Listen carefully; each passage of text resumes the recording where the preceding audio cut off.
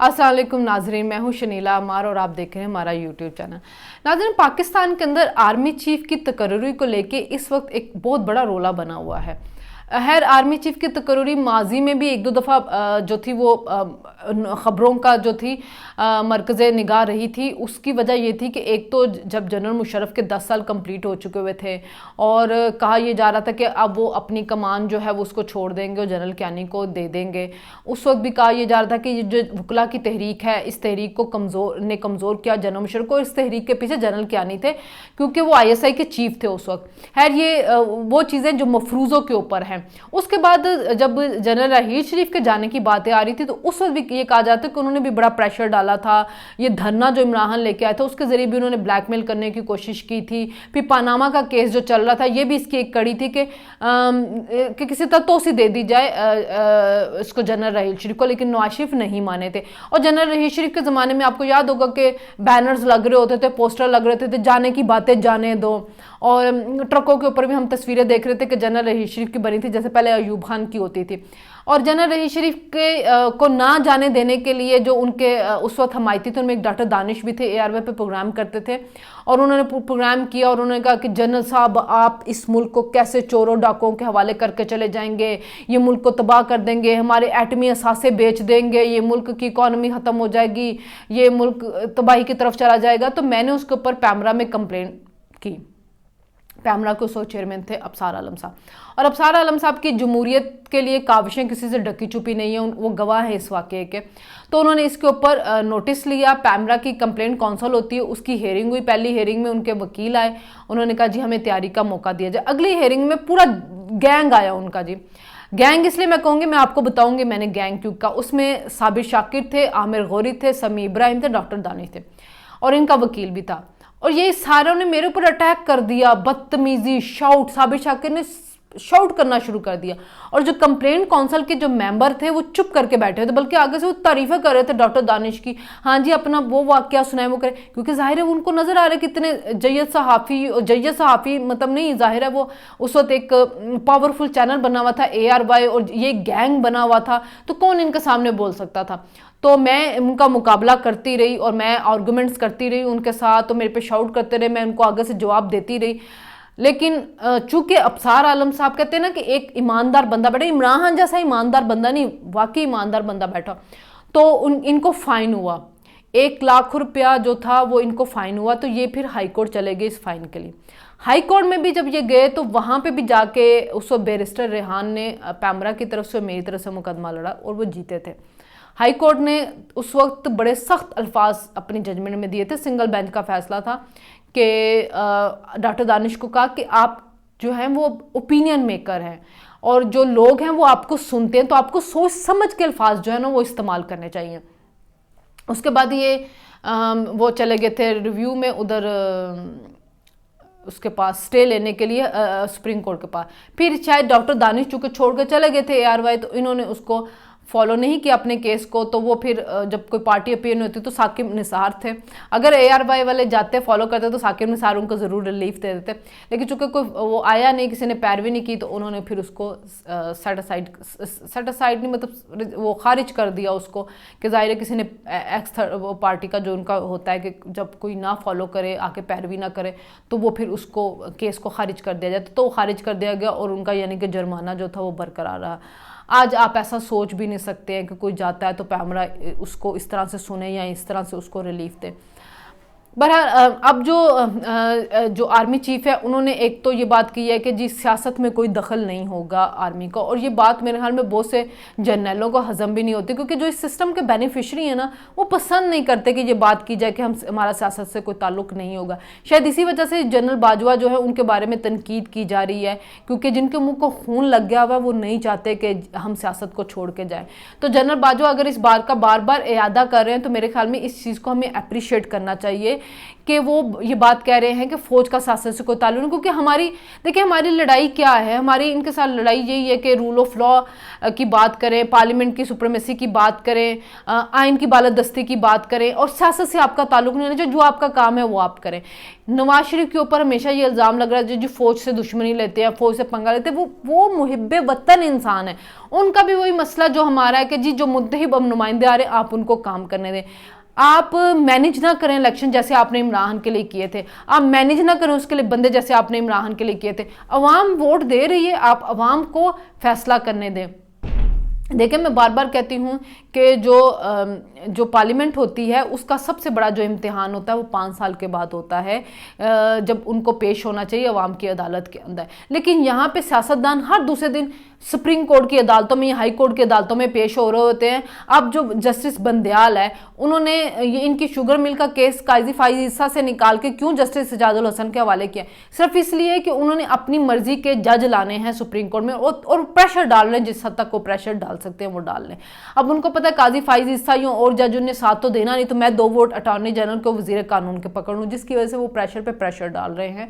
ये हमारे मुल्क में इंसाफ का हाल। और फिर कहते हैं कि 130 जो है ना वो एम परसेप्शन बना हुआ है। परसेप्शन ऐसे नहीं बन जाते हैं। परसेप्शन आपकी सियासी मुकदमात में इन्वॉल्वमेंट और आपकी ब्लैकमेलिंग की वजह से बन जाते हैं। आप इमरान आपधमकियाँ देता है तो आप उसको रिलीफ दे देते हैं, लेकिन आप अपने मुखालिफ को जिस पार्टी के साथ आप दुश्मनी बांध लेते हैं आप उनको रिलीफ नहीं देते हैं।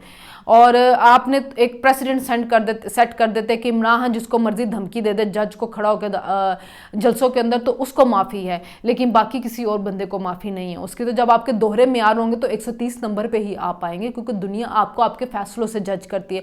जब आप खुद बेंच में बैठ के नवाज शरीफ के बारे में कह के 62(1)(f) के ऊपर अताहियात नहल हो रहे हैं और फैसल वाडा का केस आए तो आप कह के ये काला कानून है, तो फिर दुनिया आपके फैसलों पे हंसेगी नहीं, वो आपको 130 नंबर पे ही जो है वो लेके जाएगी। तो और अब उन्होंने आर्मी चीफ ने ये भी कहा है कि जी मैं अपने मुकर्ररा जो मैंने प्लेज किया है मैं उसको पूरा करूंगा और मैं अपने मुकर्रर टाइम के ऊपर रिटायर्ड हो जाऊंगा। तो उसके बाद बड़ी स्पेकुलेशन है। आज ख्वाजा आसिफ ने भी कहा है कि जी हम अभी इमरान को जलने दे कुड़ने दे, हम आराम से इसकी अनाउंसमेंट करेंगे और ये प्रोसेस जो नवंबर में स्टार्ट होता है इसलिए हम स्टार्ट करते ताकि एक बावकार एग्जिट हो जाए उनका। तो बहुत से नाम जो हैं वो इस वक्त गर्दिश में हैं। कोई कह रहे हैं कि अगर जल्दी कर दिया जाता है तो जनरल आसिम मुनीर का भी बड़ा चांस है। जनरल आसिम मुनीर से इमरान जो है वो उनकी जान जा रही है, वो नहीं चाह रहे कि आसिम मुनीर आए, क्योंकि आसिम मुनीर वही हैं जिन्होंने उनको करप्शन करने से रोका था। जनरल आमिर के बारे में भी सुना जा रहा है कि शायद वो हो जाए chief of army staff. General Sahir भी हैं इस वक्त उसकी लाइन के अंदर सीनियरिटी जो है उसमें। तो देखना ये है कि आइंदा आने वाले दिनों में किन का नाम हो। ये 2-3 जो जनरल हैं स्ट्रॉन्ग हैं। जनरल नुमान के बारे में भी बहुत से लोग कह रहे हैं कि वो भी स्ट्रॉन्ग है, लेकिन जाहिर है 5 लोग हैं उन्हीं में से किसी का होगा। लेकिन जो इमरान की जिससे इमरान परेशान और घबराए हुए हैं वो है जनरल आसिम मुनीर। लेकिन अब देखना यह है कि कौन आता है और किसको चुना जाता है, क्योंकि नवाज शरीफ सरप्राइज़ देने में माहिर तो हैं इस मामले में। लोगों सोच कुछ और रहे होते हैं, जैसे जनरल कियानी के बाद उस जनरल राशिद का सोचा जा रहा था लेकिन उन्होंने जनरल रहील शरीफ को लगा दिया, तो इसका जनरल कमर बाजवा का भी नाम आया। तो देखते हैं कि शहबाज शरीफ साहब क्या अपने इत्तेहादियों से मशवरा करके किसको लेके आते हैं। और लाना उसी को चाहिए कि जो सियासत में ना इन्वॉल्व हो, जो फ्री एंड फेयर इलेक्शन होने दे इस मुल्क में, जो मैनेज ना करे इलेक्शन को और जो इस मुल्क को चलने दे रूल ऑफ लॉ के मुताबिक, कॉन्स्टिट्यूशन के मुताबिक। तो देखते हैं उसमें से अब क्या चीज़ सामने आती है। और पीटीआई जो है उन्होंने तो आज एक बहुत ही बड़ा यू टर्न ले लिया भाई।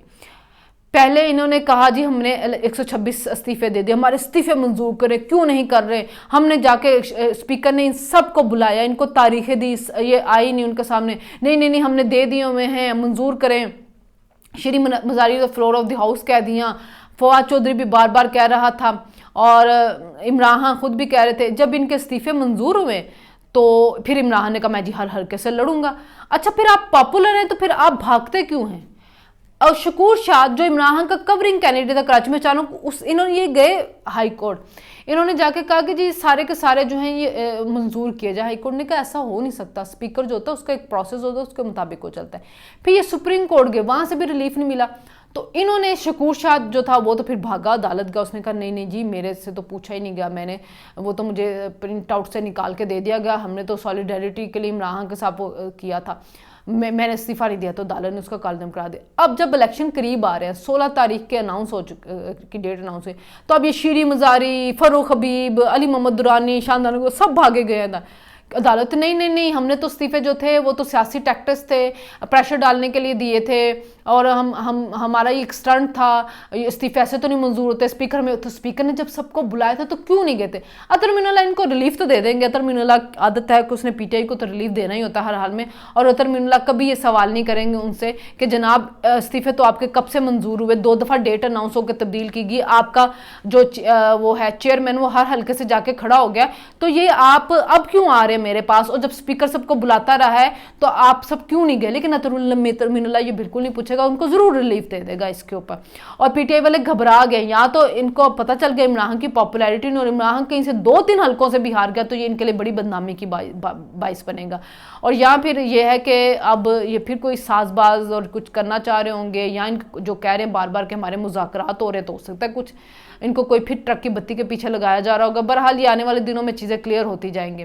और जो परवेज़ इलाही साहब है आजकल वो अमेरिका गए हुए हैं, और उनकी मुबैना दूसरी शादी के बारे में भी सुना जा रहा है, जिसकी तस्वीरें भी गर्दिश कर रही हैं। लेकिन जो कमाल काम किया ना उन्होंने वो ये कि मुल्क पंजाब सैलाब में डूबा हुआ है, सारा नहीं डूबा हुआ, कुछ एरिया उसका, और लोग कभी वहाँ पे गए नहीं, लोगों की दादरसी नहीं की, और जितना डेवलपमेंट का बजट है ना वो कोई 3/4 वो गुजरात में लगा रहे हैं अपना, और उसके अलावा 40 करोड़ रुपए का वज़ीर आला हाउस नया बनवा रहे हैं।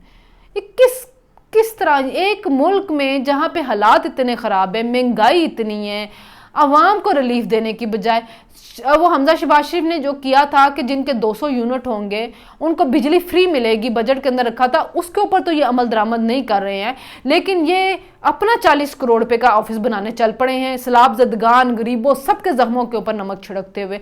बेशर्मी की हर हद जो है ना परवेज़ इलाही जो में तोड़ रहे हैं, और इनका बेटा बैठ के झुकते लगा रहा होता है उनके ऊपर, और इंतहाई निकम्मा एनआरओ ले रहा है और जजों को कंट्रोल करके अपने सारे केसेस ख़त्म करा रहा है, और बाप को यहाँ शादियाँ कर रहा है और यहाँ अपने नए ऑफिस बना रहा है। उस नए ऑफिस 40 करोड़ का आपने करना क्या है जो आप बनाया जा रहे हैं? जी मेहमान वहाँ आएंगे तो मिलेंगे, भाई आप अपने मुल्क के हालात देखो और उसके बाद अपनी अय्याशियाँ देखो। शर्म इमरान खान को भी नहीं आती है कि जो अपने इक़्तिदार के लिए इस डाकू को लेके आया और इस डाकू को हर काम करने दे रहा है ताकि मेरी करप्शन जो है ना वो बची रहे। तो हाशिम डोगर साहब ने तो कह दिया है कि जी अगर पंजाब वो होगा लॉन्ग मार्च तो पंजाब साथ नहीं देगा, तो ये बड़ी एम्बैरेसमेंट की बात होगी इमरान खान साहब के लिए। चले जी, अब आइंदा आगे क्या सियासी सूरत हाल होती है उस पर मज़ीद आपको अपडेट करेंगे। तो अब तक के लिए इजाज़त दीजिए, अल्लाह हाफ़िज़।